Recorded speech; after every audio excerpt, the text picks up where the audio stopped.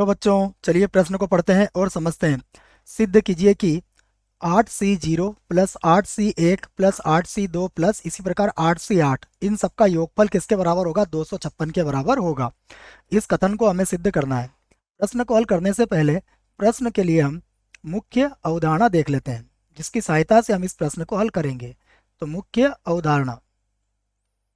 अवधारणा में हम द्विपद प्रमेय को या द्विपद प्रसार को समझेंगे कि द्विपद प्रमेय या द्विपद प्रसार क्या होता है।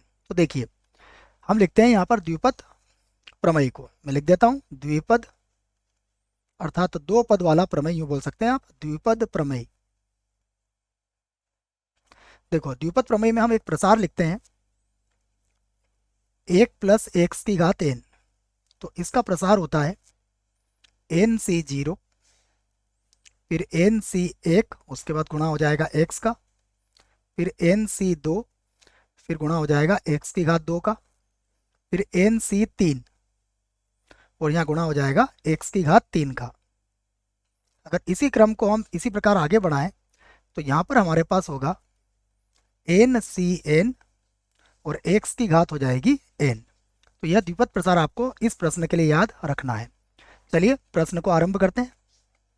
देखिए, प्रश्न को जब हम हल करेंगे तो यहाँ पर हम फिर से एक बार द्विपद प्रमेय को लिखेंगे। तो हम प्रश्न को हल करते हैं और हल करने में सबसे पहले हम लिखेंगे यहाँ पर द्विपद प्रमेय। तो लिखेंगे हम जानते हैं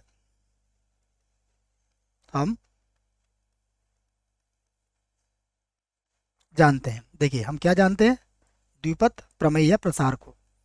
1 प्लस एक्स की घात n बराबर होगा NC0, उसके बाद NC1 और x का गुणा होगा इसमें हम क्या करेंगे x का गुणा कर लेंगे। तो ये होगा NC1 और फिर x हो जाएगा, फिर NC2 उसके बाद होगा x की घात 2, उसके बाद NC3 और x की घात 3। और इसी प्रकार अगर हम इसको लिखेंगे तो क्या आएगा NCn और x की घात हो जाएगा n। अब इस द्विपद प्रसार में हम क्या करेंगे, देखिए x बराबर 1 रख के देखेंगे। तो इसमें मैं क्या करूंगा, x बराबर 1 रखने पर क्या लिखेंगे हम, x बराबर 1 रखने पर उससे क्या होगा, देखिए ये 1 और 1 2 हो जाएगा। तो यहाँ क्या हो जाएगी 2 की घातांक n।